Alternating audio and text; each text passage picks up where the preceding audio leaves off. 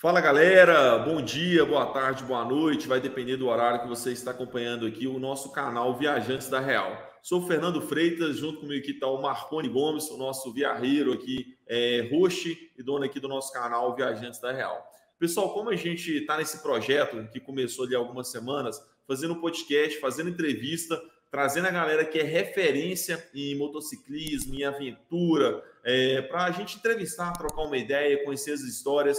A gente já fez ali 2 episódios, né, trazendo o Marconi Gomes ali, que quase não falou no nosso primeiro episódio, depois trouxemos o Daniel Fei, e hoje, galera, a gente está com um convidado que tem história, assim, para 15 horas de podcast.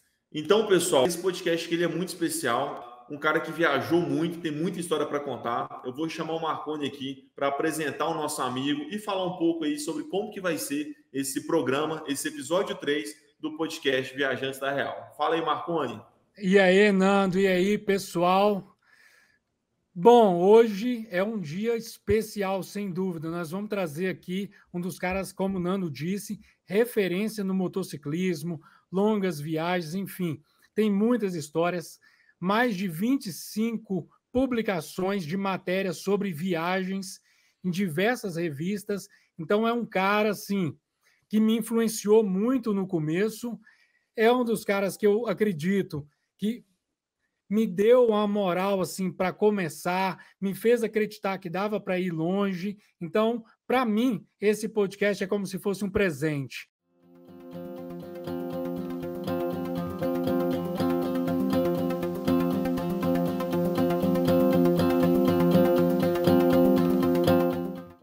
E hoje nós vamos receber aqui Edgar Kotait, o Ed, do VMAS. Fala, Ed, seja bem-vindo, parceiro.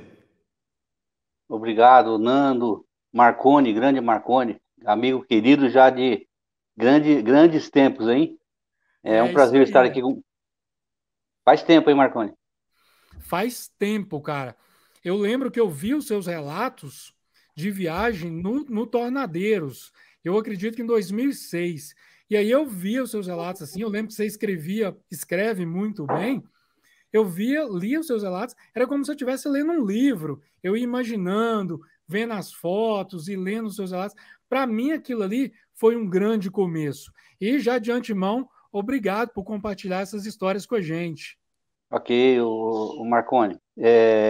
Quanto a escrever, eu gosto mesmo de passar essa sensação, tentar passar a sensação de que a pessoa que está lendo esteja na minha garupa, sentindo, fazendo parte dos detalhes, sentindo aquilo que eu estou sentindo no momento, né? Mas é um prazer estar aqui com vocês, é um prazer estar aqui com o pessoal do motociclismo, né? Somos uma grande família, né? E isso a gente fala assim sem aumentar nada, né? Porque são pessoas queridas e com o mesmo objetivo que une a nossa paixão pelo motociclismo e por estradas, né? Então é um prazer estar com vocês. Muito obrigado pelo convite. Seja bem-vindo.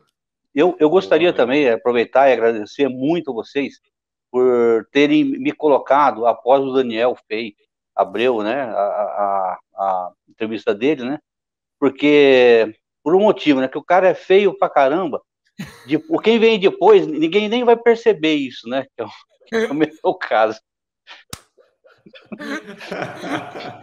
Que isso, cara. Depois do Daniel Fei, qualquer um já fica bonito, né? A gente não pensou dessa forma, mas foi uma boa estratégia, Ed, sem dúvida. Tô tranquilo, viu? Eu concordo. Pô, legal demais, Ed. O Daniel Fei vai querer voltar aqui para poder fazer, né? Fazer essa réplica aí, né? Pô, isso aqui vai querer zoar aí.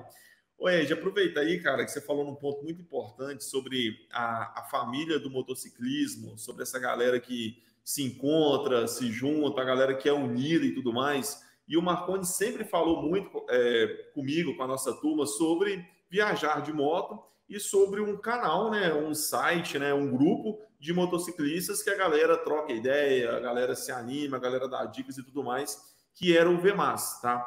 E aí, Ed, eu queria que você contasse um pouquinho pra gente sobre a criação do VMAS, de onde surgiu essa ideia, como que foi isso, o que o VMAS representa para você hoje. Ô, Nando, o VMAS, ele nasceu de uma necessidade, quando em 2005, 2004 para 2005, eu fui fazer uma viagem pela 319 e voltar ali pela BR-163, Cuiabá-Santarém. Meu, não tinha informações, a internet ainda estava engatinhando nesse ponto, não tinha informações, né? Então, e a gente buscava qualquer informação que a gente buscava na internet, até em sites estrangeiros, né? Aonde que tivesse uma foto que for só para ter uma noção do terreno, alguma coisa, já era um serviço, já ganhava uma importância. E depois, quando nós retornamos essa viagem, eu fui também influenciado pelo meu amigo Felipe Ribeiro, que também tem o canal dele, o Grandes Viagens de Moto, né? E só que eu tentei assim ir mais para um lado mais técnico, né? E nele eu coloquei assim muito de mim ali, entendeu? Eu gostaria de um espaço que a gente chegasse em casa à noite, nos sentíssemos numa família ou entre amigos apenas ali, e que não tivesse aquele mundo, aquela terra de ninguém que é a internet, que é chegar qualquer um, te dar uma espetada, tirar sarro de você. Isso eu nunca admiti. Então, aliás, assim, eu perdi colegas motociclistas, né, amizade, perdi amigos e perdi amigos e irmãos também que não entenderam a proposta, né, foram lá e vamos supor, saíram daquilo que a gente estava se propondo a fazer, e eu tive que também excluir a pessoa do grupo.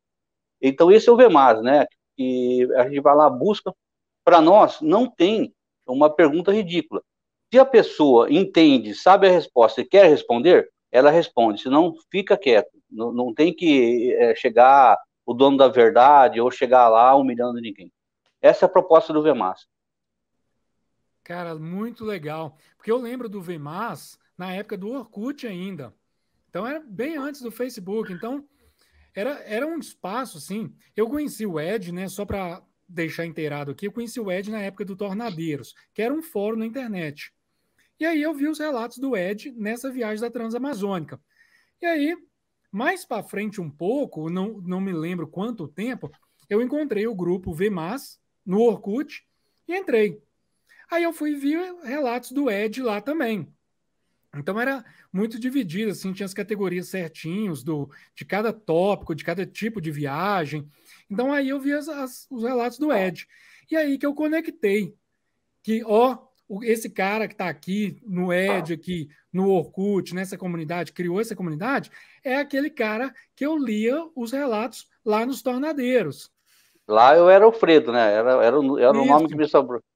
Exatamente. Tinha o nickname, né? Que na internet no começo todo mundo usava nickname, era comum. E aí você usava Fredo e depois era o Ed lá na comunidade. E aí que um dia eu associei. Ah, é o mesmo cara. E aí que eu me liguei e falei, pô, aí eu entrei na comunidade, até hoje faço parte. É sem dúvida é isso aí que você falou. A gente se sente assim muito à vontade, mesmo para quem está iniciando. É muito legal essa proposta. A proposta é de fomentar o bom motociclismo, né? A proposta nossa é assim que cada vez mais a gente passa a entrada de bons motociclistas, né, no nosso mundo motociclístico. Essa é a ideia inicial. Agora, cara, uma pergunta assim que a gente não pode fugir, né? Como é que foi o seu começo? A gente recebeu a foto aqui, que inclusive a gente vai mostrar, do seu começo. Dá um toque pra gente aí, conta essa história aí, como é que foi? Olha aí, ó. Aí que foi o começo, Ed? Foi. Aí, eu aqui ainda na minha cidade de Garça, né? Em uma fazenda, né? E essa é a minha primeira moto, uma Honda S65, de 65 cilindradas, né? E eu me lembro quando essa moto chegou na minha vida. Ela deu um impacto tremendo, vocês podem realmente, né, entender. Que ela veio para o meu irmão mais velho. E meu pai havia comprado ela meio que de surpresa, mas falou pra gente, ele também não aguentou, falou pra gente, e meu irmão também já estava meio assim e tal. E eu lembro que era uma noite muito fria, do mês de julho, férias de julho, graças a Deus estávamos aqui em Garça, eu morava em São Paulo, estudava em São Paulo, e estava em Garça. E eu tinha lá meus 7 anos de idade, E eu lembro da festa que foi quando essa moto chegou, dentro daquela DKV, Vermag que tem ali atrás, e retiramos tal, e depois de uns anos, poucos anos, essa moto tem 10 anos, ela veio para mim, né? E no começo como a região minha é uma região arenosa, caía pra caramba, entendeu? Porque ela era alta para mim. E quantas vezes que eu falei, não quero mais. Pô, não quero mais nada, cara. Não quero mais, é somente uma desculpa, assim, para que Deus me ouvisse, né? Pô, me ajuda aí, vai, que eu tô precisando. É só Me isso, né? ajuda que Então, eu gosto disso. é muito interessante que eu não me tornei motociclista aí, nessa época da foto, e sim quando chegou a moto. Eu não sabia pilotar, eu demorei um tempo para aprender a pilotar, mas eu já me tornei motociclista ali. Mesmo a saber ou não saber pilotar é um detalhe, né? Mas é o amor, o DNA, a dedicação, a admiração pelo veículo nasceu ali. Que Legal bacana, demais. cara. E a moto, ela é tipo aquele namoro ali à primeira vista, né? Você bate o olho, você já olha, senta em cima, põe a mão no guidão e fala, caraca, é isso. Nasci para Curti. isso. Nasci para isso, você não consegue ficar sem, né? Você pode ficar longe, ficar afastado e tal, mas toda vez que você senta na moto, você sente aquela sensação, caraca, isso é bom demais. É mais ou menos isso aí, a relação Muito. que a gente tem com moto, né? Já é o seguinte, cara, aqui essa foi a primeira foto sua, claro, né, que a gente não consegue trazer todas as fotos, todas as viagens, porque assim, a gente vai ter que fazer um podcast aqui de 6, 7 horas, mas aqui, das fotos que eu consegui juntar aqui, das suas viagens, Ed, eu selecionei aqui algumas que me chamou mais atenção, vou apresentar algumas aqui, eu quero que você conte ali uma história, como que foi essa viagem, com quem que você foi, quanto tempo que durou. Aí já saindo dessa primeira foto, que foi o primeiro amor ali, né? Que você teve ali a sua primeira moto. A gente já tem uma foto aqui já mais na frente, né, uma viagem que você fez na Transamazônica. Aí eu te pergunto, Ed, foi nessa viagem aqui que você viu ali a necessidade de criar o VMAS ou nessa foto você já tinha o VMAS criado? Ô, Nando, essa foto ela é em 2007, é ano de criação do VMAS. Na verdade, a criação a semente do VMAS já estava na cabeça, né? E ela veio depois ao final desse ano, né? Veio no mês de dezembro, né? Essa foto, ela é na Transamazônica, né? No trevo de acesso à cidade de Jacareacanga, num trecho que vinha de Itaituba, né? E nós passamos aí 430 quilômetros sem combustíveis na época, né? Mas foi uma viagem maravilhosa, esse trecho também, pelo Parque Nacional da Amazônia, né? E só conseguimos chegar à noite aí, depois de um bom trecho que andamos ainda noite adentro aí pela floresta. Nenhum problema. É o que eu gosto, cara. Eu sou muito mais, eu não sei te explicar de uma outra maneira, eu sou muito mais o norte e o oeste do que o leste e o sul, cara. Eu gosto muito mais dessa mata, eu gosto muito mais do calor, entendeu? Me fascina muito mais as pessoas, as histórias, as pessoas que você encontra numa viagem como essa, né? Do que chegar numa civilização já formada, entendeu? Isso. Ô Ed, e como é que foi, cara, a decisão de ir fazer essa viagem da Transamazônica? Porque, por exemplo, eu fiz essa viagem em 2011, aí depois várias outras pessoas fizeram posteriormente ou antes também, mas na sua época tinha pouca informação. A internet, como você disse, estava engateando. Como é que foi a decisão de falar, pô, eu vou para a Transamazônica? Eu não sei muito bem o que me espera, mas eu vou assim mesmo, é mata. Como é que foi a decisão e a tomar essa coragem de falar, pô, tô indo para a Transamazônica, um território que eu sei pouca coisa sobre? Nessa viagem, especificamente, eu viajei em 2005, né, lá para 319, e a BR-163, e depois fiquei um ano sem viajar e fui em 2007 para essa viagem da Transamazônica. Né? Só que eu estava achando que o mundo estava endividado comigo, porque eu tinha ficado um ano sem viajar, pô, como é que pode isso, né? Então, eu tomei a decisão.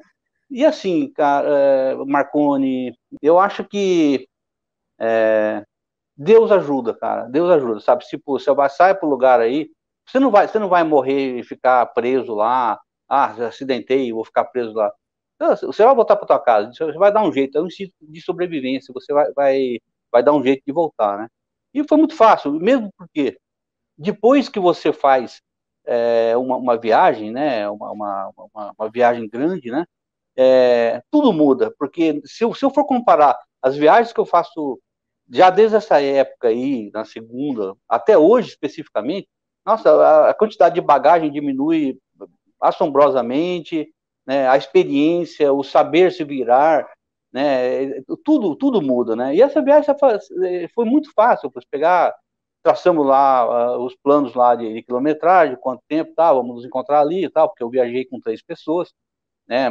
Uma delas é o Fábio Gomes, que ele na época morava em Teresina, no Piauí, nos encontramos em Wanderlândia, no Tocantins. E a outra pessoa, também um grande amigo meu, um irmão também, que é o Carlos Adolfo Pereira Roese, de Manaus, engenheiro da Honda, que nos encontrou em Rurópolis, já na Transamazônica, né? Rurópolis, Pô, grande Rurópolis, né? E então, você traçou isso aí, o resto é botar para frente, né? Que legal, cara. Aí, Marconi, eu gostei da questão do Ed, que ele já viajou e já chamou o engenheiro da Honda já. Então, claro. Assim, tô ali de tornado, qualquer coisa, ó. Se você que projetou aí a tornadinha, então resolve aí, conserta a moto aí, né? Tem que usar a cabeça, né, cara? Unir o útil ao agradável. Oi? O Ed, ele é um cara estrategista, né? Ele pensa nessas coisas. Ele vai viajar e leva o engenheiro da Honda. Ele já fez o episódio dele, já foi atrás do feio, para não parecer tão feio. Muito obrigado. Outra vez, muito obrigado. Muito obrigado. Estou agradecendo outra vez. Muito obrigado por colocar meu episódio depois do dele. Como o próprio Ed já disse aqui, né? Os anos de caminhada e quilometragem rodada traz experiência. E com essa experiência, tipo assim, né? Você já sabe ali, já tem estratégia certa para cada coisa, né? É natural que essa experiência venha, né? Porque você vai passando por situações, você vai vendo, você vai antecipando, né? Isso é um crescimento, né? Não adianta você querer que uma pessoa vá começar a viajar hoje, ela já chegue com experiência, né? A experiência, ela vai chegando, é o tempo que vai te talhando, vai te moldando. Disso que você falou, é muito legal, porque vai muito de encontro com o seu propósito na criação do VMAS. O cara que está ali fazendo uma pergunta é um cara que está começando. E às vezes a pessoa se achar no direito de ser experiente, poxa, mas peraí, até outro dia era eu, né? Então, assim, hoje eu sou experiente porque eu comecei ali no início sem experiência, fui aprendendo, né? E o caminho só existe depois que você passa, né? Então, é muito importante você ir adquirindo essa experiência, criando esse casco duro, para na hora que você pegar ali alguns desafios, você vai, opa, estou em casa, já vi isso aqui uma vez, né? Estou tranquilo, estou com o engenheiro da Honda aqui, agora não tem desafio. Engenheiro da Honda, tiracolo, tá tranquilo. Né? Só faltou o carro de apoio. Não, aí não. Mas assim, só complementando, viu, Marconi e Fernando?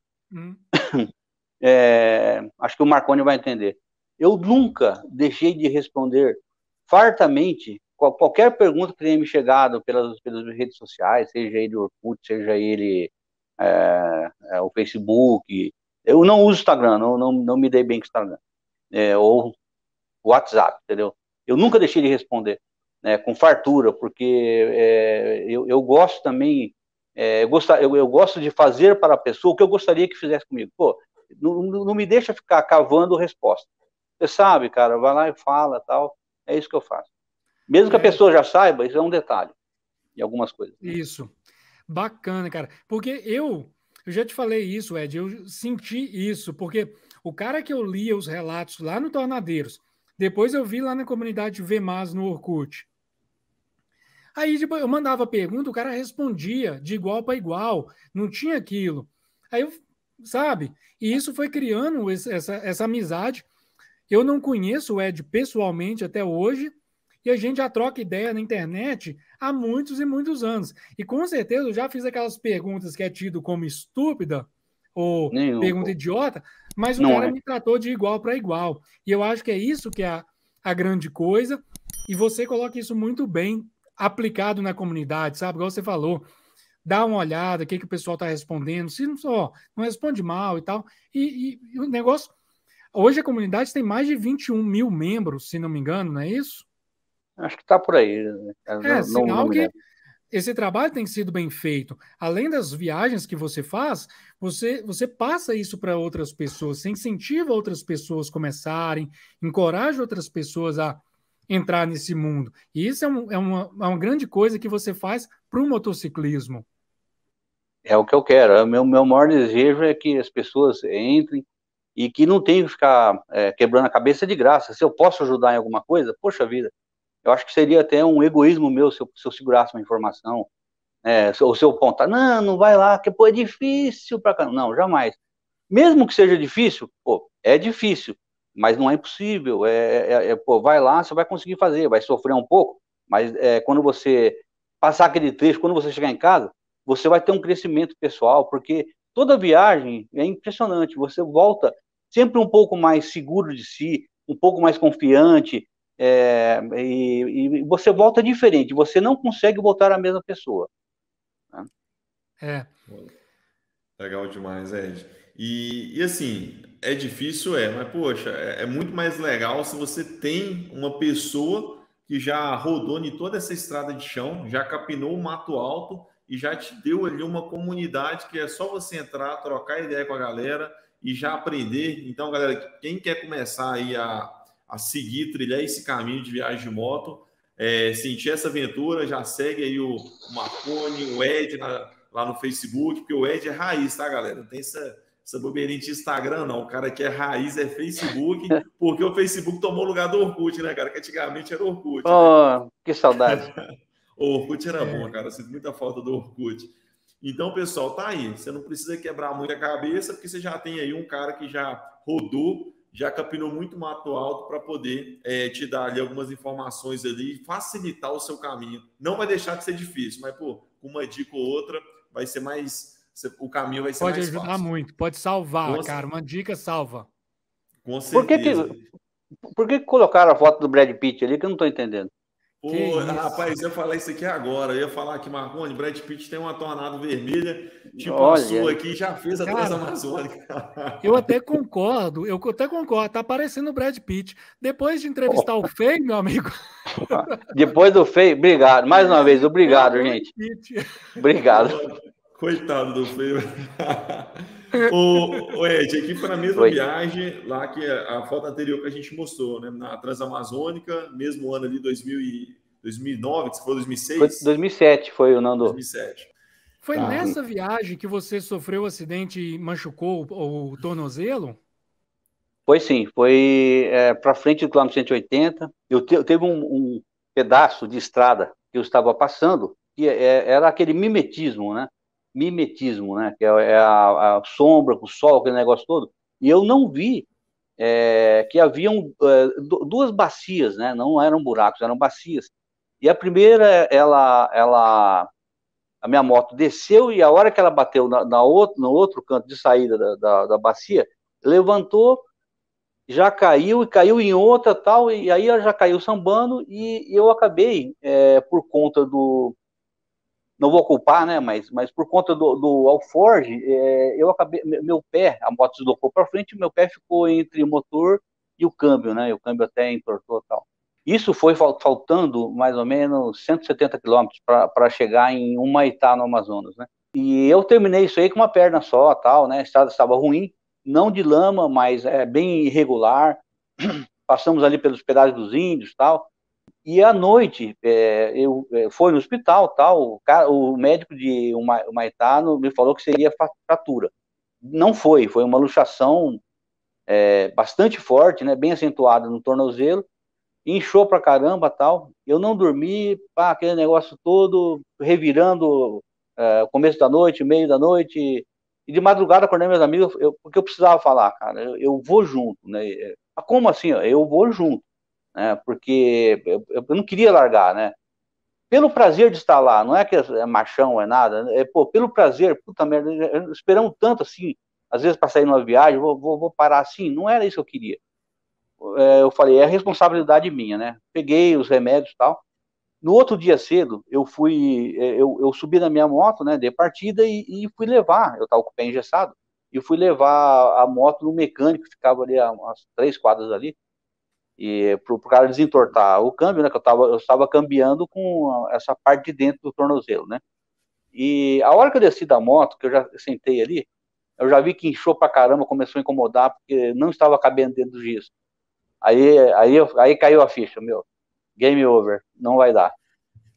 Foi essa viagem, sim, Marconi. E o sentimento, cara, igual você falou aí, tipo, que você queria tentar, que você queria continuar, não é de ser cabeça dura, mas você sonha com aquilo ali, eu sei o que significa isso, você sonha com aquilo ali todo dia, planeja, junta grana para fazer a sua viagem.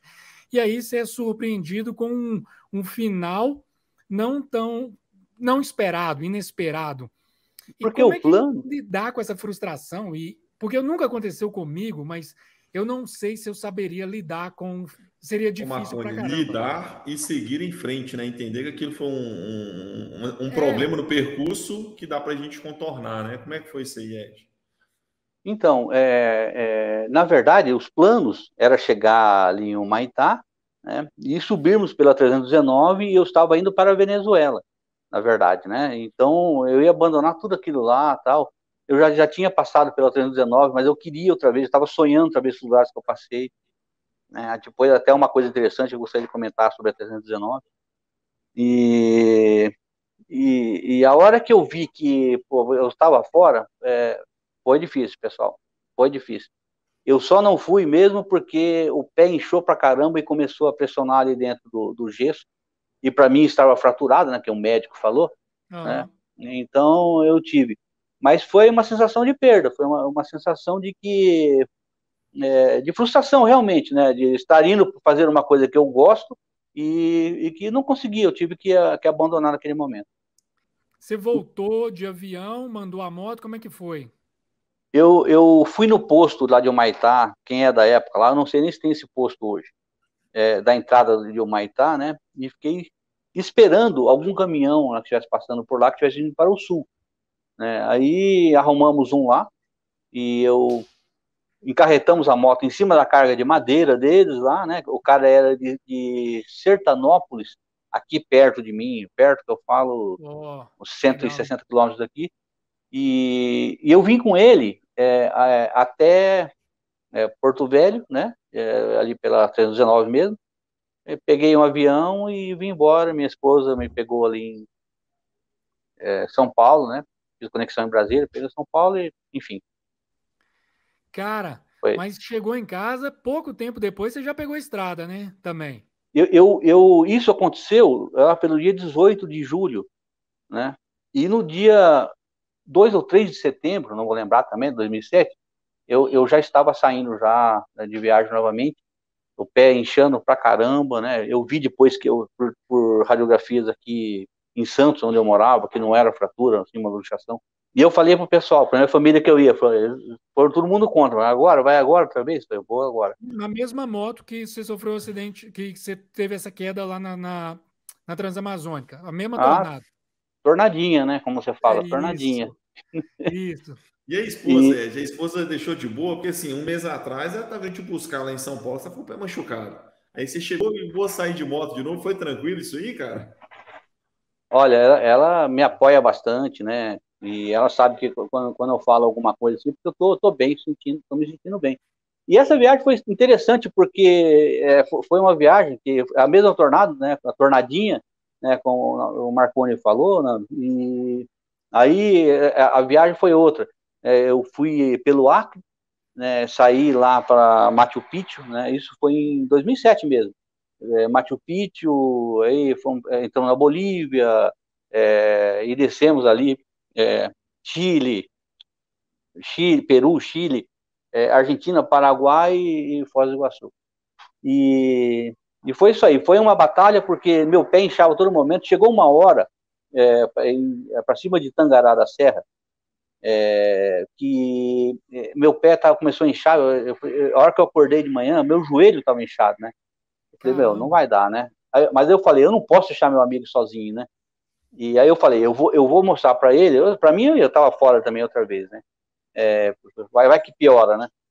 Aí eu resolvi vou seguir mais um dia com ele andando. A gente andava em torno de 800, 900, 1.000 quilômetros lá. E no meio desse dia, eu ia pensando, pô, caramba, o que eu tô fazendo aqui? Eu tenho que voltar, vou ter que voltar tudo isso, né? Não pelo voltar, mas eu estava assim com o pressentimento talvez que não desse certo. Bom, chegamos lá em Rondônia no final do dia e eu senti que apesar de ter inchado pra caramba, com medicação e meu amigo foi o Ramon Ribeiro, o dentista de São Paulo, cara fantástico também, de Alasca também, viu, Marconi? Alasca. Alasca eu conheço também. Ele da comunidade. Ramon, cara, grande Ramon. Um abraço, Ramon. E ele me ajudou pra caramba, que é um dentista, o cara é meio paizão, então tomamos remédio. Também sou dentista, tá?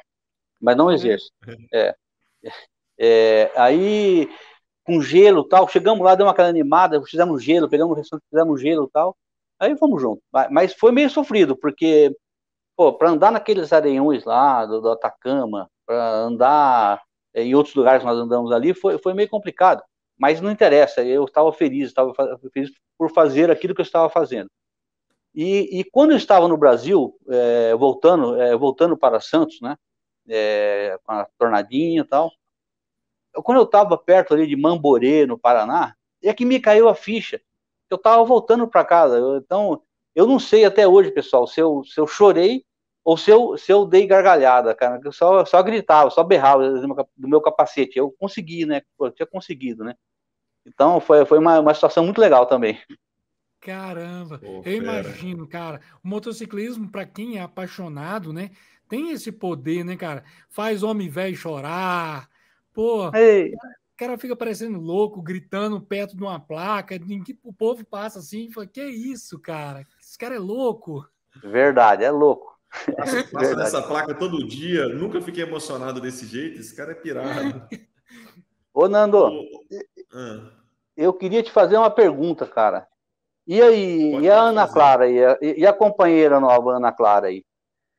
Cara, tá indo, cara. Assim, tá tipo, como se diz, cada um tem sua aventura, né? O Marconi foi pro Alasca, você já foi ali, fez a América do Sul com o pé inchado e eu trocando fralda de bebê, cara. Mas, cara, Mas, tá fera, tá legal, baita experiência, cara, muito legal. Tô muito feliz, cara. Pai de primeira viagem, né? Como se diz, quem sabe ali no segundo, no terceiro, eu já vou ficar mais tranquilo. ó, que Agora, legal. pai de primeira viagem é complicado, cara. Mas tá indo, Parabéns, graças a viu? Deus. Esse momento que você está vivendo agora é um momento especial na vida de todos nós. Valeu, Parabéns, Ed. Nandão. Valeu, Marconi.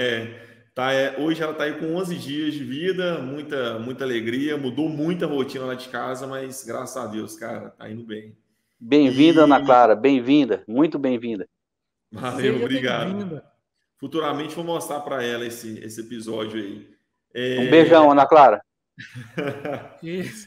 Ana Clara, só 11 dias de vida, né? Já depois vai ver esse podcast aqui. Isso aí. E aí, Ed, cara, eu tava até com essa foto para mostrar aqui e coincidiu de você entrar nesse assunto. Essa foto aqui é dessa viagem que você estava comentando, que você voltou da Transamazônica e fez esse percurso na América do Sul? Pois sim, Nando, essa viagem aí é a mesma viagem, né? E essa foto aí, ela foi tirada aí por perto, na carreteira Del Pacífico, recém-asfaltada, né? Porque esse trecho já estava. Nós pegamos bastante pedaço de terra lá, vamos pegar um rolo, que é o que a gente quer mesmo, né? A gente quer isso mesmo. Mas chegamos aí no asfalto, né? E essa foto ela foi tirada ali na região de Urcos, no Peru, né? E aonde, se você tivesse um pouco mais alto, você viria a cidade lá bem abaixo, né? Então eu coloquei ali a câmera no chão ali e tentei buscar essa foto. Eu adoro essa foto. Pô, ficou muito legal, cara. Inclusive, teve uma outra foto aqui que na hora que eu peguei as fotos, Ed, que você mandou lá, Hum. não dava para trazer tudo, né? Que era muita foto legal, mas, cara, essa aqui me chamou a atenção por duas coisas, cara. Primeiro que é um papel de parede de computador, cara, para colocar, dá para fazer um quadro dessa foto aqui, né? deu um enquadro muito legal da tornado e com o vulcão no fundo. E segundo, cara, é a mesma tornado que você foi na Transamazônica, que eu estou vendo que ela está um pouco diferente. Eu reconheci que é uma tornado aqui, né, pela rabeta ali, pelo farol, mas o tanque, você mudou a carenagem dessa tornado, cara? Eu fiz algumas alterações. Primeiro, obrigado aí por ter visto a foto dessa maneira como você viu. Também é uma das minhas fotos preferidas, e ali na frente eu vou falar um pouco dela também. Essa Tornado é a mesma Tornado, só que com o tanque de plástico da Gili, né?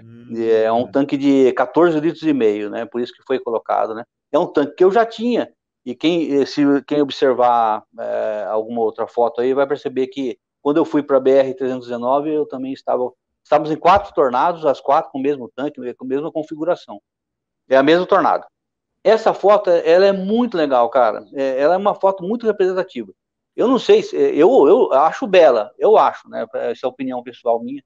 Mas essa foto, sempre que eu posto ela, ou sempre que alguém fala comigo enfim, dá um alô, né? Sobre viagem de moto, né? Incentivo, aquela coisa toda. O pessoal sempre cita essa foto quando não me manda essa foto pelas redes, né? Então, essa foto aqui, eu já recebi muitos depoimentos de colegas que dizem que foi a gota d'água que começaram assim para poder se aventurar, tal. E, enfim, é uma foto assim, que mexeu com muita gente. Eu tenho muito orgulho dela. Cara, essa foto aí, Ed, ela é muito especial por você, por ser sua primeira viagem internacional, entendo, mas ela ultrapassa esse limite, sabe? Igual você falou, e muita gente te manda essa foto, comenta sobre essa foto. E foi essa foto aí que eu vi, falei, pô, o Ed está viajando de Tornado, viagem internacional. Peraí, eu tenho a Tornado. Dá para mim ir, uai. Tipo, foi essa foto, é exatamente o que você falou. Ela foi a gota d'água para eu acreditar. Dá para ir longe. Dá para fazer viagem internacional. Dá para eu ver aquelas paisagens que eu assistia no Globo Repórter, de vulcões, no Chile, enfim. Eu posso ver aquilo com a minha Tornado. Foi essa foto, ela é especial para mim também. Que legal, né? Muito legal, realmente. E espero que ela seja importante também para Ana Clara, né? Quando ela começar no motociclismo aí. Pô, ela vai ser motoqueira também. Vai ser motoqueira também. 2 aninhos já vou dar para ela um triciclo e depois já vai ganhar uma motinha já. Já vai rodar já.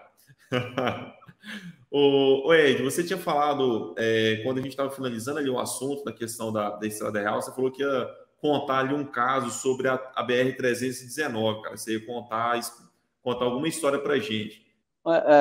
Eu queria só dizer que a diferença que a BR é uma coisa que, para mim, ela é muito grande. A diferença que a BR-319 tem hoje da época que eu fui. Não que esteja mais fácil ou mais difícil, mas, por exemplo, a BR-319, hoje ela é uma rodovia larga, ela tem um espectro largo, né, de pista, né? Pista com acostamento, né? Mas na época, Nando e Marconi, ela era uma estradinha que andava no meio da mata, tinha a parte do túnel, que já não tem mais, tinha um posto abandonado, já não tem mais, tinha o bar do Gachiblema, cachaça, chifre e problema, que era um senhor que tinha família lá, que não tem mais. A própria comunidade, que é um distrito, né? Realidade. Quando eu fui lá, e eu tenho fotos, eram 5, 6 casas, com um barzinho e com uma antena de, como é que chama? Essas parabólicas apontada para cima, né, que era o Brasil Sat, era ali em cima, né? E hoje mudou, então a estrada, o espectro dela, ela era muito estreitinha, ela tinha uma outra conotação do que é hoje, aquele estradão aberto, entendeu? É isso aí que eu queria falar, só essa observação. A 319, ela vem mudando muito, né?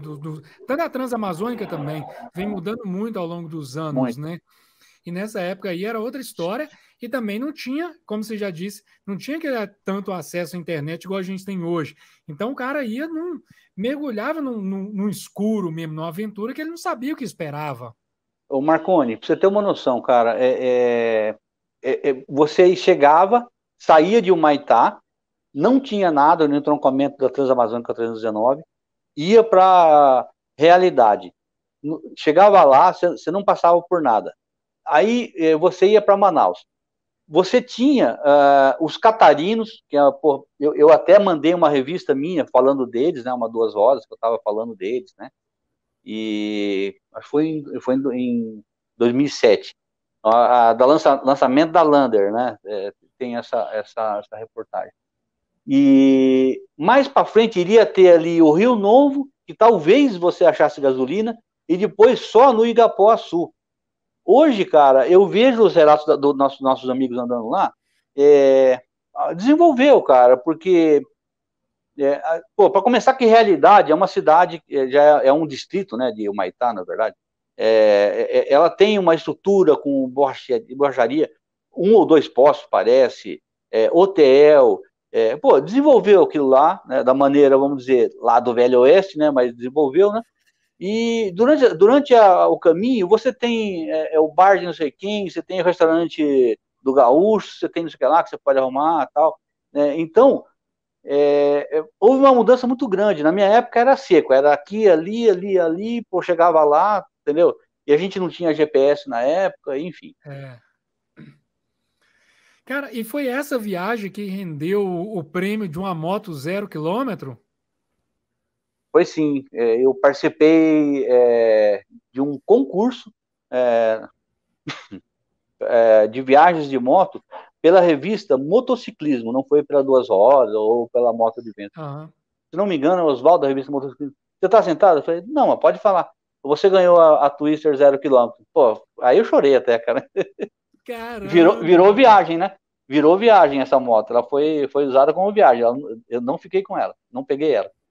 Não? Peguei o dinheiro dela, foi pra viagem. Pô, foi bem usado, então, foi muito bem usado. Foi sim. Imagina, você faz uma viagem que é o seu sonho, o que você gosta, aí depois, como resultado disso, alguém te liga e fala que você ganhou uma moto 0 km. Não, você tá de zoação comigo. É trote. É trote, né? Pô, vai verdade. Virar outra viagem, cara. Virou outra viagem, graças a Deus. Foi assim que eu vou, né? Aproveitando aqui, Ed, eu dei uma olhada aqui, vi alguns casos, algumas matérias em revistas, muito legal, muito inspirador. E eu até vou trazer aqui uma foto aqui que fala um pouco dessa matéria, dessa história. E eu queria que você contasse um pouquinho como que foi fazer essa viagem. Uma viagem um pouco diferente, né? Você falou que gosta ali da região norte, centro-oeste do Brasil, e aí você fez uma viagem bem diferente com um acompanhante. E aí eu vou até trazer essa moto aqui, você lá no Alabama, nos Estados Unidos, fazendo uma viagem ali junto com o seu companheiro, cara. Conta pra gente um pouquinho dessa história aí, que eu vi a reportagem aqui, cara, confesso ali que o olho encheu d'água, viu, cara? Eu senti ali como se diz, uma vontade de fazer as coisas acontecer muito grande. Fiquei muito motivado depois de ter lido aquela reportagem, cara. Bom, essa viagem ela aconteceu em 2017. Eu não julgo ela uma viagem como uma viagem qualquer, porque teve um significado muito grande para uma pessoa e para mim também. Pude aprender bastante coisas através dele, dessa pessoa. Né? Era um motociclista, colega, lá do VMAS também, que sofreu uma doença, né, um câncer, né, no gânglio acima dos joelhos, né, e teve que amputar a perna direita. E foi para os Estados Unidos se tratar. Né? Vou resumir bem, tá? Foi para os Estados Unidos se tratar, né? E lá nos Estados Unidos, onde ele tinha uma prima que morava lá, ele ficava na casa dela, entendeu? E ele comprou essa moto, que é uma moto Ural, da marca Ural, fabricação russa, de 750 cilindradas. Essa moto, por si só, já é um espetáculo à parte, porque, rapidamente falando, Stalin, em 1939, ele perguntou para o alto comando dele qual era o veículo ideal para ataque e defesa, para eles poderem entrar na guerra, né? E, enfim, que fosse pau para toda a obra. E o comando deles, depois disso tudo, falou, é a BMW 1939. Eles contrabandearam 5 modelos para a Rússia, desmontaram 3 e começaram a fazer testes. Foi aonde nasceu a Ural, né? E essa moto, a não ser as mudanças de legislação ambiental, ela é da mesma maneira até hoje, ela é fabricada até hoje, essa moto, né? Uma Ural, mesmo a que eu vim, que era 2008, né? Ela tinha muito poucas mudanças, né? E com sidecar, e esse colega procurou falando que ia sofrer a cirurgia, eu dei bastante força, eu conversei bastante com ele, e depois ele teve metástase, e o médico dele falou, né, que quando ele foi perguntado se ele deveria vir ou não, ele falou, vai, você não tem tempo a perder. Já se entende, né? Então, então e aí ele me procurou, disse que só confiaria em mim para fazer essa viagem, né, pela amizade ou pela força que eu tenha dado, enfim. E foi meio difícil no começo, porque eu não podia, eu havia acabado de chegar de viagem também, mas eu, pela causa, né, uma causa nobre, uma causa pessoal, né, o que menos contou foi a viagem de moto, mas sim você poder oferecer a um colega, a uma pessoa, alguma coisa que ele sonha. Viemos lá de Miami até a cidade do Panamá. Foram 12 dias, 8 países e 7 mil quilômetros, né? Mas passamos 1000 coisas nesse meio. Eu não vou falar agora, porque vai se estender demais. 1000 coisas aconteceram nesse meio de caminho aí. Enfim, mas ele chegou feliz. Lá, nós viemos para o Brasil, porque ele precisava de se tratar, e eu precisava também dar uma acertada nos negócios para a gente poder voltar. O nosso plano era voltar dali um mês para a Colômbia, né, para a cidade do Panamá buscar a moto e fazer o resto. Graças a Deus não viemos, porque assim que nós pegamos um voo do Panamá de retorno e fizemos conexão em Bogotá, o pessoal da Seguridade Sanitária da Colômbia lá já segurou a gente, falou que ele não poderia sair de lá, só poderia sair com um concentrador de oxigênio. Porque a hora que abriu a porta do avião, de cara, ele já acusou um golpe, entendeu? Já faltou respiração, já precisou de descer, ele desceu de maca, eu tenho fotos, poderia ter mandado para vocês, acabei não mandando. Eu tenho fotos dele sendo atendido, de maca, e só conseguimos voltar para o Brasil ainda assim com algum esforço, né, no dia seguinte. Se tivéssemos prosseguido e ido para Bogotá, que é 2.600 metros de altitude, em média, já deu esse problema. Imagine a gente pegar ali tramos ali de 5.000, 5.500 metros de altitude na Bolívia para voltar. Então ia ser uma situação complicada. Na época foi um pessoal da Globo filmar, enfim, mas não foi para frente porque ele realmente não conseguiu chegar. E a matéria. E me perguntaram, né, se eu tinha medo. Eu falei que não tinha medo. E realmente não tinha medo, né? Aquele tal negócio, né, gente? Você vai lá com o propósito de ajudar. Se acontecesse alguma coisa possível, sim, eu estaria fazendo o meu melhor, né? E como fiz e cuidei dele realmente no que eu pude cuidar, né? Nas necessidades dele. E você chegou a conversar com ele sobre isso? Sobre, olha, seu médico, porque é uma situação muito delicada, né? O cara tá ali num momento, assim, emocional muito grande.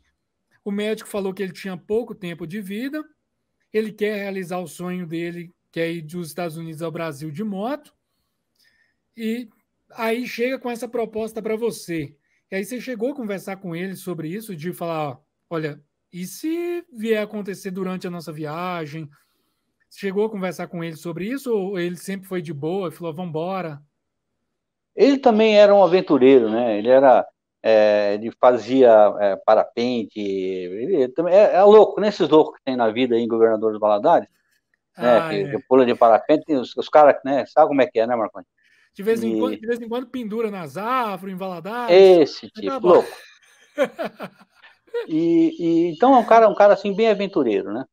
E eu achei estranha a história, porque de repente, caramba, chegou alguém aqui, eu não posso entrar assim na barca.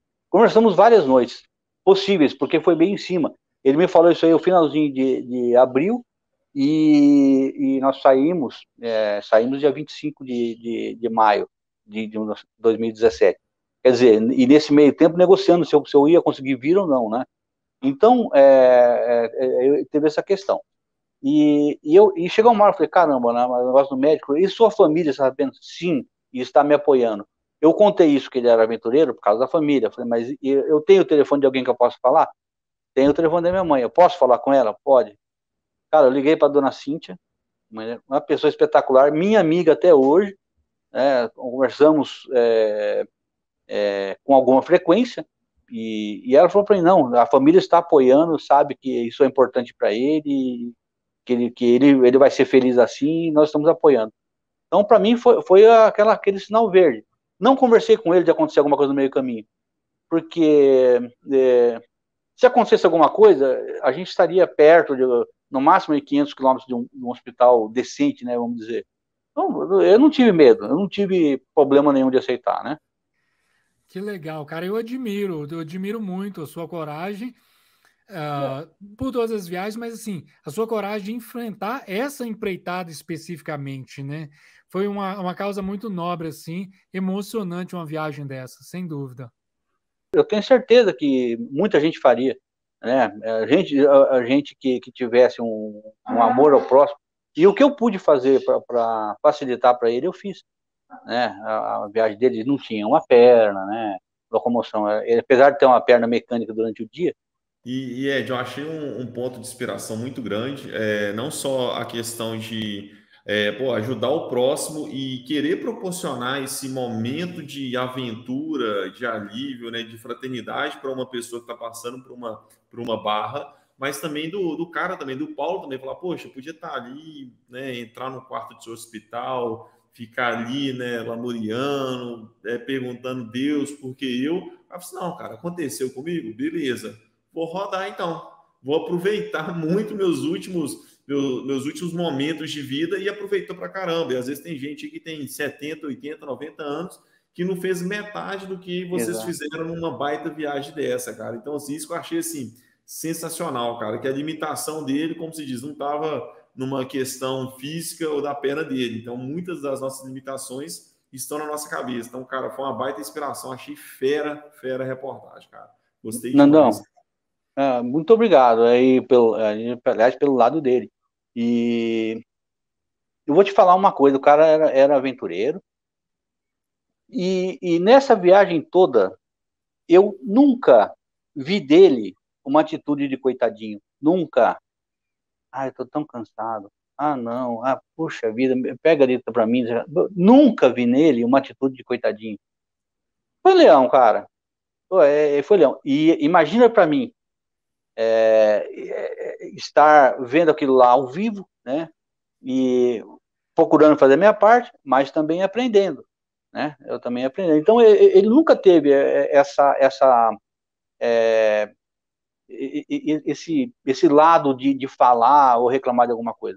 Pelo contrário, a opinião do Paulo, a vontade dessa viagem dele era também demonstrar que o câncer, ele não precisa de ser o final de uma vida, que você vá para o teu quarto e passe seus dias lá. Muito pelo contrário, ele estava mal, ele estava com nódulos nos pulmões, por isso que ele também teve a falta de ar. Nos dois, mais afetado do lado esquerdo. E o Paulo,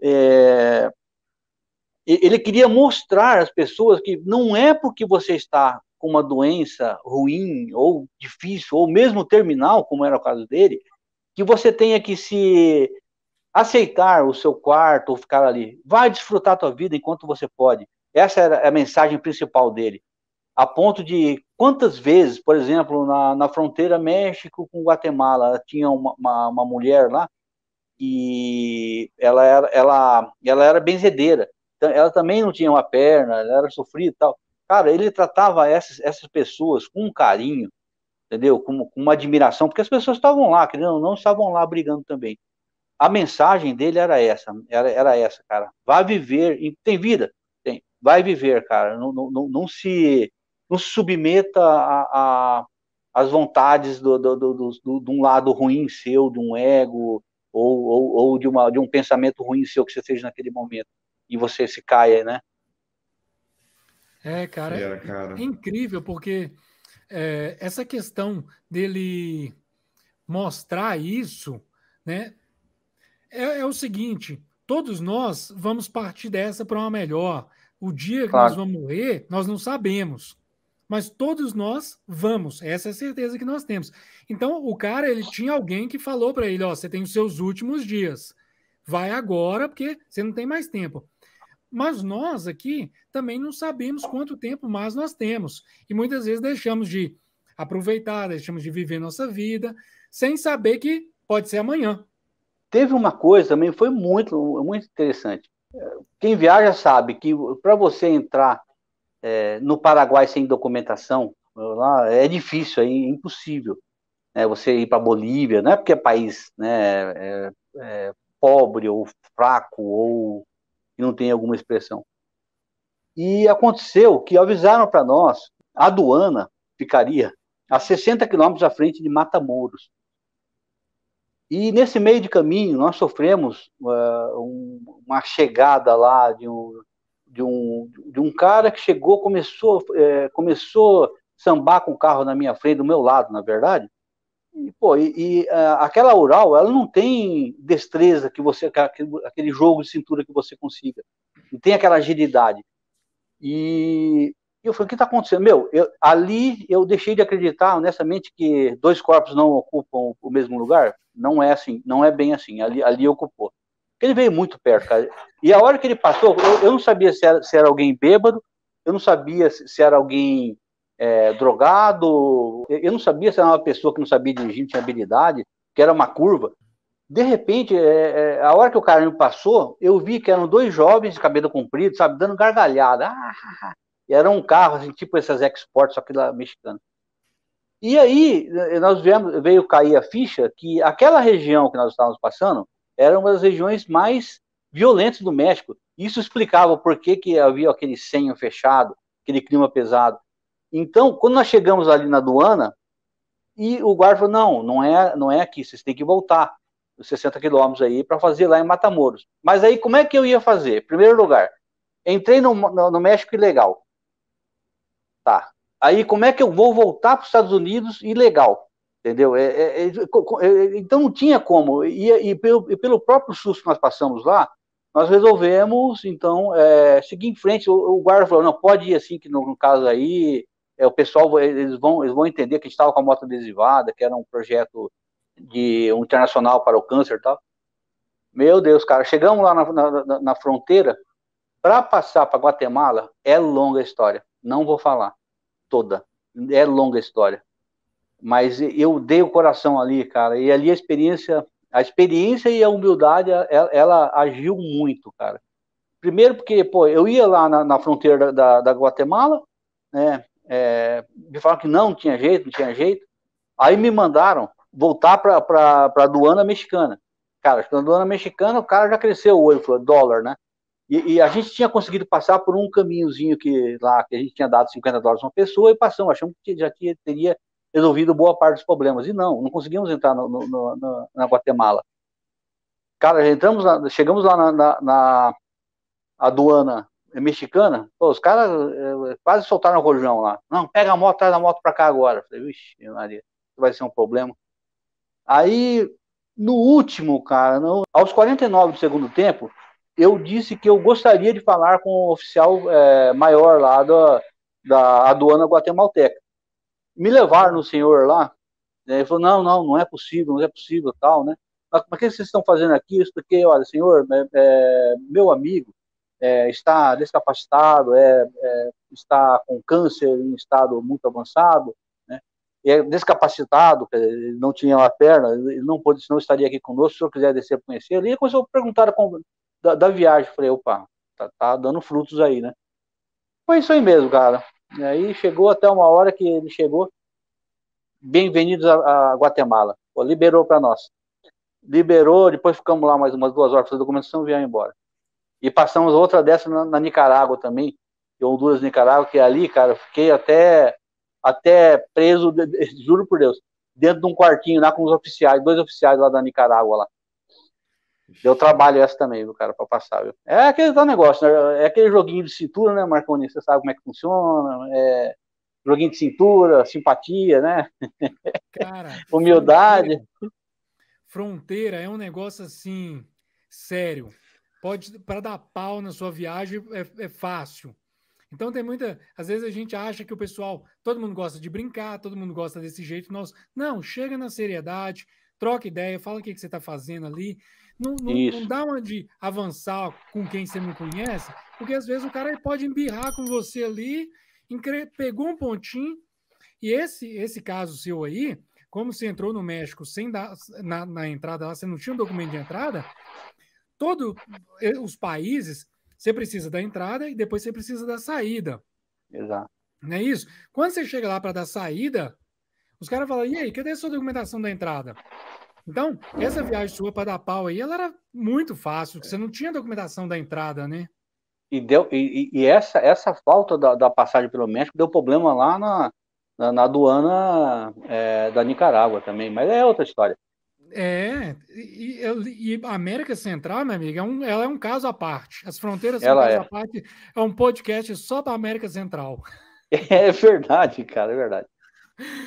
Pô, legal demais. Cara, e aí, cara, até esses perrengues que você está comentando aqui, até me lembrou do que a gente comentou com o Daniel fez no último podcast, que você sai de casa, você é uma pessoa boa, você ajuda as pessoas, parece que independente da sua fé, cara, as coisas começam a conspirar para dar certo, por mais que você fica tenso, você acha que vai dar errado, mas as coisas conspiram a seu favor ali e as coisas acabam dando certo. Isso acontece muito com motociclismo, né? Você fala assim, caraca, agora lascou, vai dar ruim, e pô, deu certo, passei, cara. Então, assim, você sentiu que foi um pouco disso, cara, na hora ali que você ficou um pouco apertado, preocupado, mas deu certo e passou as fronteiras. Tem um pouco disso, cara, um pouco dessa fé para a galera que está viajando de moto? Tem sim, Nando, você tem toda a razão. Vai muito da maneira que você se comporta, da sua boa fé, da sua boa índole, né? Pessoas sentem, viu, cara? Ainda mais esse pessoal que é muito escolado, que é esse pessoal de aduana, né? Então, acho que tem ajudado bastante. Por isso que eu sempre prego também. Você vai daqui para o Chile, cara, não vai querer andar a milhão. Ah, não, lá no Brasil eu faço. Não, lá não é o Brasil, cara. Faça o que está certo para o país deles. Ali, quando eu chego numa fronteira, senhor, por favor, porque não é o meu país, é o país deles, é ele que manda. Então, eu tenho que me adaptar ao que eles têm. Ah, quantas vezes já me pediram para abrir a bagagem? Depois fala uma também, se quiser. Uma bagagem, certo, para ver se tinha droga. Pô, eu desmonto inteira com maior satisfação. Estou viajando. Não interessa, não me é problema, porque é o país deles. Eles mandam. Se o oficial deles falou para abrir a bagagem, abre aqui, abre ali, tal. Tranquilo, cara. Faça tudo isso aí com humildade. Humildade é uma coisa muito importante sempre, em qualquer lugar que você vá, esteja de moto, carro, a pé, dormindo, bicicleta, paquerando, ou seja o que você fizer, mantenha, né, a sua humildade e o respeito a do próximo. E teve um outro caso também, na fronteira da Latívia com a Rússia. Era um monstro para nós entrar na Rússia, né? E lá tem um fenômeno que é conhecido como noites brancas, né? Que acontece no verão lá, que ele não fica noite completa, mas ele fica um céu meio tipo 6 horas da tarde, né? E aquela fronteira, nós demoramos lá, estava eu, o Ramon Ribeiro e o Germano de Almeida, né? E eu fui com uma XT 660 para lá, né? E quando nós chegamos lá, chegou um oficial, sabe esses oficial russo de filme do 007? Era esse cara. Esse cara chegou lá, dente de ouro, entendeu? Aquele sorriso assim, frio, né? Chegou com um cachorro, gente, que eu vou te falar, acho que é meio palmo de altura, numa coleira. Chegou, parou do lado da moto do Germano, cachorro frio igual ele, acho que devia também ter dente de ouro também, era a feição do cara. Na moto do Ramon e tal. Aí chegou na minha, eu falei, eu não tô devendo nada, não devo nada, né? Mas, cara, vai saber, né? O que esses caras estão procurando, né? Documentação, alguma coisa, né? De resto, não tinha medo de nada, mas você não sabe o que ele tá querendo. E o cachorro, cara, ele não mexia um dente. Ele não mexia o lá para um sorriso. E aí eu falei, puta, aquele negócio tava me agoniando, né, cara? Eu peguei um adesivo, dei pro cara, juro por Deus, cara. Ele mexeu o lábio assim, juro por Deus, não tô brincando. Ele fez um sorrisinho lateral e saiu andando. Falei, puta. Que Hoje, massa, até cara. aproveitando aqui, cara, uma coisa que eu já Fala. ia te perguntar a respeito dessa viagem, cara, que vendo assim, né, a gente seguindo aqui os motociclistas, a gente vê muita viagem da América do Sei, Sul, uma galera que ousa um pouco mais e sai do Brasil, vai para os Estados Unidos, Miami, né, Alasca e tudo mais. E aí, sim. cara, rodando pelas essas fotos, vê essas fotos aqui, cara, você rodando na Rússia, cara. Como que foi essa dessa viagem, desse caso que você estava contando, quando você estava na Rússia de viagem de moto? Foi sim, foi a mesma viagem, né? Foi uma viagem que foi com o Ramon Ribeiro e o Germano de Almeida, como eu já disse, né? Mandamos as motos para Lisboa e de lá nós fomos para até a Sibéria, até a fronteira com a Mongólia, né? E não conseguimos entrar lá, estava com falta de combustível e outros problemas também estavam acontecendo e regressamos, né?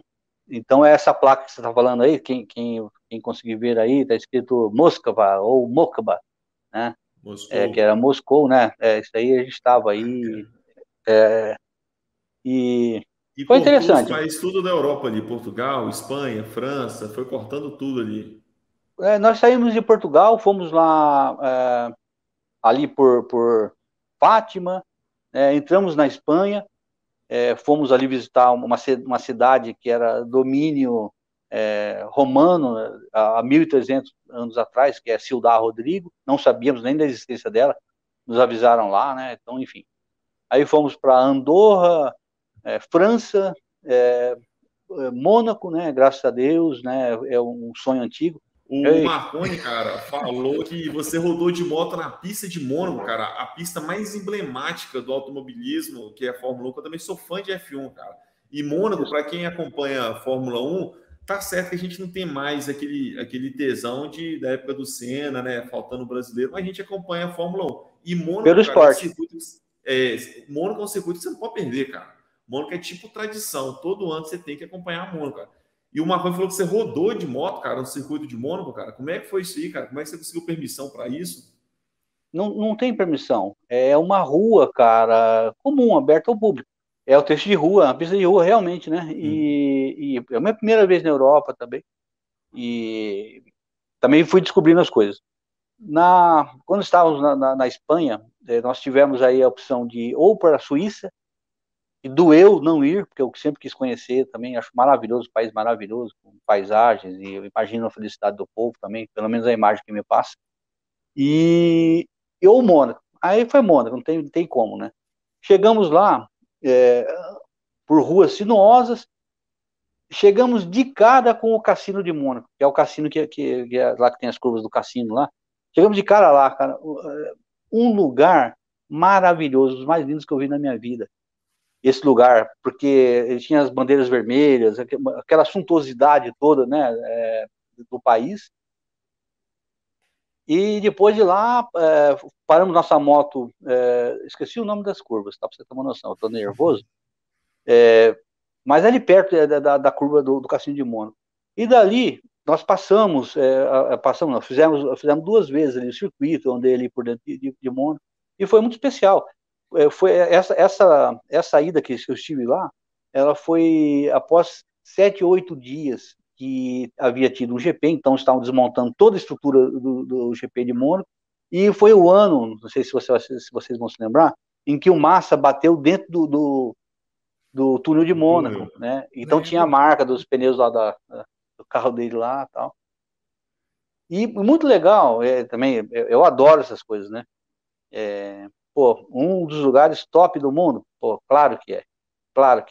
Pô, carros maravilhosos e as pessoas bem vestidas, você vê que é alta nata, né? E a polícia super, hiper chegando junto, porque nós paramos para tirar foto lá, já quase já fui preso de prisão perpétua ali, porque eu fui tirar foto ali em frente do cassino. E você sabe o que é legal, cara, que eu adoro? Essa mesma moto que eu estava lá, num lugar top do mundo, é a moto que eu já fui 3 vezes com ela no salário do Uyuni. Entendeu? Quer dizer, você imagina, né, que aquela moto que você está andando ali, né, e de repente você se lembra, pô, olha onde essa moto está me levando. Uma hora em Mônaco, outra hora você está ali no Salar de Uyuni, né? Andando ali, né, naquele lugar tão esquecido, às vezes desconhecido das pessoas, né? Sim, E essa tem foi a isso, né, cara? 600, né? 660, Nando. Uma XT Isso. 660. Isso. Tem muito Fala aí, isso, né, Marconi. cara? Do de ser a mesma moto, de ter aquele sentimento, né? É a mesma. Muita gente fala, vou para a Europa, aluga moto, compra uma outra moto lá, tudo mais. Bacana. Mas quando tem aquela coisa da mesma moto, dá É um sei sal a lá. mais. Porque a hora que eu, por exemplo, estava andando em São Paulo com a minha moto lá, né? Parava os caras de BMW do lado, os caras tudo boido com branco, né? Os caras metidos pra cacete, aquela jaqueta e tal. Os caras passam lá, nem olha pra você, né? E você fala, cara, você não sabe de nada, meu. Fica quieto na sua aí que você não sabe de nada, Cara, né? eu tive, eu tive a experiência na Rota 66 com a Olha, tornadinha e aquelas Harleys gigantescas passando do lado, assim, os caras viajando com as motão, sai da frente. sai da frente que eu vou passar em cima. Nossa. E uma tornadinho que já foi para Ushuaia É, no inverno. No inverno, olha só. cara. E até, o Nando, eu não sei se você sabe, mas eu tô para conhecer o Marconi já, que o Daniel Fei, ele conseguiu, filho da mãe, ele chegou e pegou o GPS de presente aí do Marconi, que o Marconi protege, Dizer que eu prometi. diz ele, então estou de prova aqui. E o Daniel também está de prova também, que ele me prometeu a Oi. tornadinha. Eu vou Vixe, buscar a Maria. tornadinha aí. Aí, Tá Marconi. doido. Você Como é já que eu emenda faço? uma viagem já passando ali para o Canadá, saindo lá em Nova York, já programa uma viagem. A gente programou já uma viagem pela a Estrada Real com o Fei no último episódio, né? Agora com o Ed já vai prometer uma nova viagem que no final, cara, a Tornadinha vai ter que ficar com o Ed, hein, cara? Vamos vir de Alberta para Governador Valadares de Tornadinha. Aí não sei Isso, qual que Pô, você vai vir, top. aí ele arruma outra moto lá para você. isso. Eu dou um Eu jeito volto com a aqui. minha, eu Vai ser, volto com vai a ser minha tornadinha. uma honra para mim você pilotar a tornadinha. A minha, né? Que a sua, você viajou muito na sua também. Imagina a minha honra também, né, Marconi?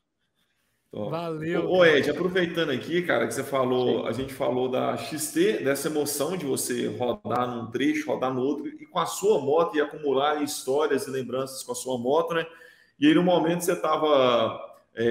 Aqui eu saí um pouco da ordem cronológica, né? Mas você estava lá no Mônaco, né? A mesma pista, né? Que o Ayrton Senna ganhou 5 ou 6 vezes, virou rei de Mônaco, né? E Sim. toda aquela história de Fórmula 1 e tudo mais. E você estava lá e com a mesma moto, com a XT600 e 660, você estava também no Salar, no meio desse vazio, tirou lá, montou a barraca do Vemasa, com a plaquinha do Vemasa, acampou ali, passou a noite de boa, né? Não tinha um vizinho para reclamar aqui, né? Nesse acampamento Som seu, né? alto. Colocou o seu Tinha sonzinho. sim, tinha Tinha? sim, tinha. O meu companheiro André Luiz Santos, que é meu irmão, me encheu o saco desde manhã. Eu queria dormir, o filho da mãe não deixava, porque eu não consegui dormir à noite. Tem uma outra foto aí que eu achei fera também, achei muito massa aqui também. Uma outra foto, que esse aqui é no mesmo local, cara? Mesmo local, a barraca Mesmo montada. local. Em que ano que foi É, essa é, viagem é, aqui? essa viagem foi em 2013, foi em dezembro de 2013. Nós tínhamos pouco tempo, né? E só que somos partidários aí da ideia de que cada viagem é uma viagem. E nós montamos um roteiro com pouco tempo disponível e passando em lugares que já havíamos passado e outros também que não havíamos passado, mas muito poucos, né? Como Iruia e tal. Enfim. E, pô, o André, viajar com o André é um capítulo à parte, né? É um irmão que a vida me deu, a gente brinca direto, enfim.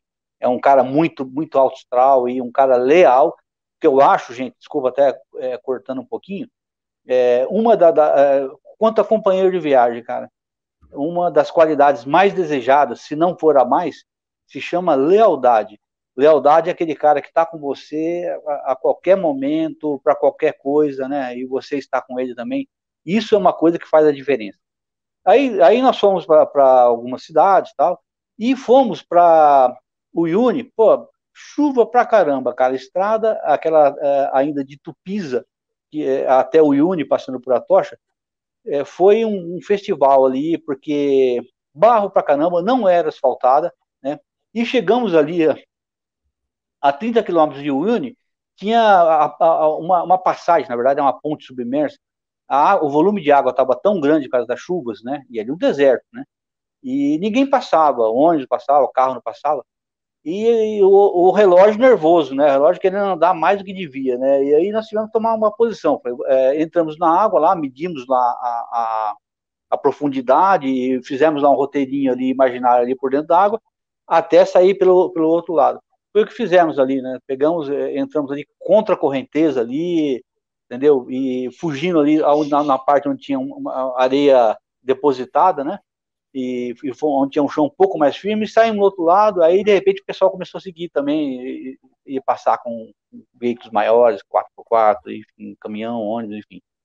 Chegamos em Uyuni, e no dia seguinte já fomos preparar o nosso acampamento. Desde São Paulo já havíamos marcado um lugar para que nós fomos acampar, porque o Uyuni, ele é uma planície absolutamente plana, né, de 12.500 quilômetros quadrados, né, mas ainda assim tem algumas estradinhas por dentro. Estradinhas que eu falo é onde o piso fica mais, onde o pessoal passa e vai pisoteando mais o sal. Escolhemos um lugar que a gente não fosse visto, não fosse notado por ninguém, porque você imagina que nesses 12.500 quilômetros quadrados, ali não tem animais. Que animal que vai atravessar ali? Tem lugares de 200 quilômetros de ponta a ponta. Que inseto que vai ter ali sem água, sem nada? Então é um lugar ali que é muito, muito interessante, diferente de tudo. Eu amo esse lugar. Já estive 3 vezes, voltarei outras, se Deus quiser, se Deus me permitir. Montamos, aí ficamos observando lá o pôr do sol nos cristais de gelo, né? Ficou uma coisa muito linda. Pois quando caiu o sol de vez, cara, mudou tudo. Aí veio uma ventania, um frio danado e tal. E entramos, né? E fomos dormir. E só acordamos no dia seguinte, moído, porque dormimos praticamente no chão duro, né? Ele dormiu na barraca dele, ou na minha, vamos falar, né? Deixar bem claro. Só que, pô, você dorme no chão com imperfeições, né? Aí, beleza, aí fomos lá pro Hotel de Sal e, enfim, seguimos a viagem.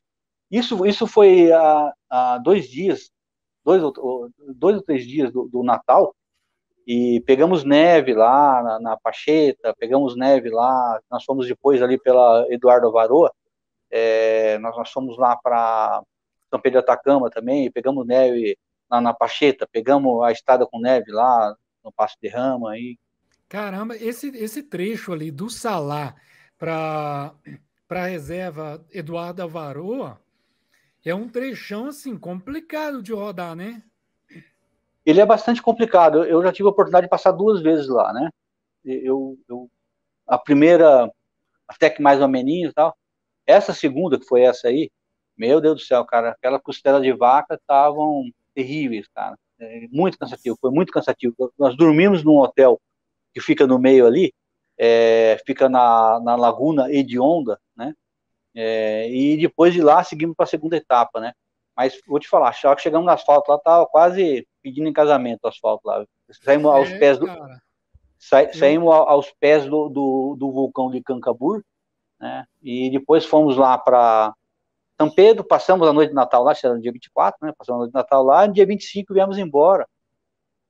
E aonde foi a estação, nós encontramos tudo com neve. Caramba, eu vi, cara, esse trecho. Tem muitos anos que eu tenho vontade de fazer esse trecho aí. Até hoje não consegui, não tive oportunidade. Na última vez agora para o Alasca, ao invés de entrar na Bolívia, eu ia entrar pela Argentina, Chile e queria subir ali, fazer esse caminho contrário que você fez. Chegar dentro do Salar. Só que aí estava com problema a fronteira do Chile, exigindo um monte de coisa, e não estava aberta, do Chile para a Bolívia não estava aberta. Aí acabou que não consegui mais uma vez. Mas eu levantei bastante informação, inclusive eu te contactei para esse trecho aí. Esse trechão, ele é punk mesmo, cara. Ele é cansativo, ele é um tipo de areia muito variada. Ele tem areia fina, uma areia um pouco mais grossa, como essa de praia. Tem uns trechos que são umas pedrinhas, entendeu? Que aquilo é bem instável, né? Vamos dizer, durante a estrada, né? E tem também bastante pedras. Então, pô, você coloca, pô, vou andar 10, pula pra caramba. Vou andar 30, pula pra caramba. Aí você acha uma velocidadezinha ali, nunca fica confortável, mas aí você consegue, né, você passa pelo bol de pedra, são regiões assim que tem pedra ali dentro, entendeu? E dependendo da moto, né, a tornadinha, por exemplo, eu teria que levar gasolina extra nesse caso, nesse trecho Sim, aí. sim, teria sim. São quase 500 quilômetros, né, 480 quilômetros aí de Uyuni para São Pedro. Só que você acha gasolina em algumas vilarejos lá, né, como Cupinacá ou Vila Lota, né? Se der sorte, não dá para contar com isso, mas até ali desse hotel ali da Laguna Hedionda é capaz que você ache também. Top. Cara, aqui a gente já falou de viagem transamazônica, já falamos ali de Miami para o Panamá, Salar de Uyuni, várias viagens, até Europa, cara, que assim me surpreendeu muito. Falei, caraca, bicho, cortar a Europa para a Rússia e tudo mais. E como é que tá hoje, cara? Você aposentou? Já pendurou já a câmara de ar? Ou você ainda tá com algum planejamento de alguma viagem aí para 2023? Cara, como é que tá seus planos? Aposentar, Nando, cara, não existe isso. Eu já vejo os colegas assim que falam, não, cara, eu não consegui sentir isso ainda, sabe, cara? Eu não me vejo parando, eu não me vejo ficando sem. Muito pelo contrário, cara, cada vez mais eu gostaria só não viajo mais porque não tenho grana para isso, tá bom? Então já vou lá direto, só não me desaposento mais porque não tenho grana para curtir minha desaposentadoria, tá Isso. certo? Mas é um prazer, cara, é um prazer. 2023 eu devo fazer alguma coisa, estamos vendo aí, eu com o André Luiz Santos, que é meu irmão, um outro irmão meu também, que é o Anderson Oliveira, nós estamos bolando alguma coisa aí, deve ser no Brasil mesmo, né? Mas a gente pega, a gente tá, não estamos parados não, a gente estamos indo no movimento. Tá na ativa. E Não tem depois como dessa parar, né, próxima cara? viagem, nós vamos trazer você aqui de novo para contar para a gente sobre essa próxima aventura aí. Com o maior prazer, só que já vou deixar combinado já. O FEI, ele tem que vir uma antes, sempre assim. Se quiserem contar comigo, sempre uma depois do FEI. Tá combinado. Pô, pode deixar então. Combinado? Combinar, cara, Combinadíssimo. pode deixar. Ei, cara, Oi. então é isso. A gente queria até entrar um pouco mais no detalhe de cada história, assim, foi uma puxando a outra. Eu acho que 10 horas aqui de conversa, de podcast, não ia ser suficiente para a gente falar de pelo menos metade das suas viagens, das suas experiências, que foi uma história mais legal que a outra, uma história mais inspiradora que a outra. E aí, eu fiquei inspirado, tá? Principalmente me tocou muito a questão lá da viagem sua com o Paulo. E, cara, agradecer muito, tanto eu quanto o Marconi, a gente estava muito ansioso, muito animado por esse bate-papo, por ouvir as suas histórias, né? Apesar que você é muito fera ali nos relatos, consegue passar ali uma dimensão muito grande, mesmo a gente de longe da sua aventura, mas, poxa, saber que essas histórias de bastidores, os detalhes, foi muito legal, muito obrigado mesmo. Espero que você tenha curtido. Tanto eu como o Marconi, a gente não é profissional aqui nesse ramo de internet, esse negócio todo, não. Mas espero que você tenha curtido, espero que você tenha gostado aí do nosso programa, do nosso bate-papo. Muito obrigado, Ed. Eu já disse para o Marconi que depois que eu vi a entrevista com o Feio, me animei bastante, porque vocês são excelentes entrevistadores. Vocês deixam falar, porque tem muito entrevistador que você vai falar alguma coisa, o cara te corta. Né? Pô, aqui tá gostoso, entendeu? Não sei se vai ficar bom ou não. Vou torcer para que sim. Não por mim, mas por vocês, porque eu sou um cara admirador do Marconi de longa data. Eu adoro essa pessoa. Estou te conhecendo agora há pouco tempo, Nando, e vamos ter outras oportunidades. Então, eu quero muito que o canal de vocês dê certo e o que eu puder fazer para isso, vou estar por aqui à disposição de vocês, com o maior carinho, o maior prazer sempre. É isso aí.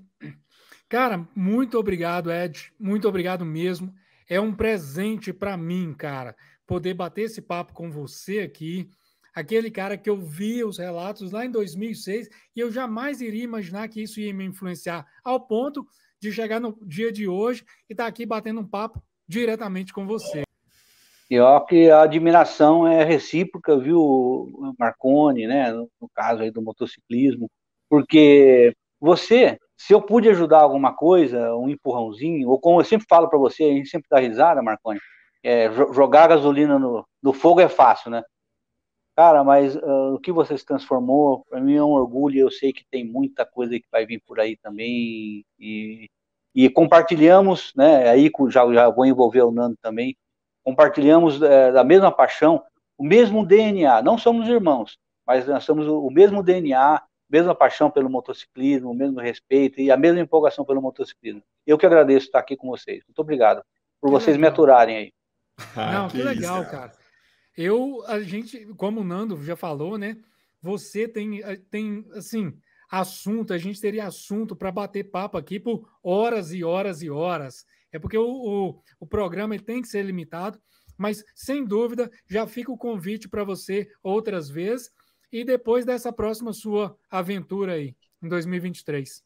Tá bom. Eu gostaria mais uma vez de agradecer ter colocado o meu programa depois do Daniel Fei. Isso, para mim, foi a mola propulsora para que eu participasse, porque eu sou tímido pra cacete. Né? Aí depois que eu vi o Fei, falei, não é a hora, eu tenho que ser o próximo. Ué, você mandou bem, cara, você mandou bem, foi fera pra caramba aí, e pode deixar, nós fazemos questão que você volte depois do Fei, é claro, contando mais histórias, mais aventuras, trocando essa ideia com a gente, cara, brigadão. Galera que está assistindo a gente, muito obrigado pela audiência, por acompanhar aqui o nosso bate-papo com o nosso querido Ed. Espero que vocês tenham gostado. Fiquem à vontade para comentar, dar sugestões, melhorias, alguns convidados, falar sobre alguma história que você gostou, alguma história que você quer saber mais quando a gente chamar o Ed futuramente. Com certeza a gente vai aprofundar. Espero que vocês gostem, espero que vocês compartilhem com o maior número de pessoas, para que, assim como eu, também se sintam inspirados com as aventuras do nosso parceiro Ed. Ficamos por aqui. Um abraço para todos vocês. Beijo no coração de todo mundo. E é isso aí. Até a próxima. Valeu, Ed. Valeu, Marconi. Valeu, galera. Tchau. Fui.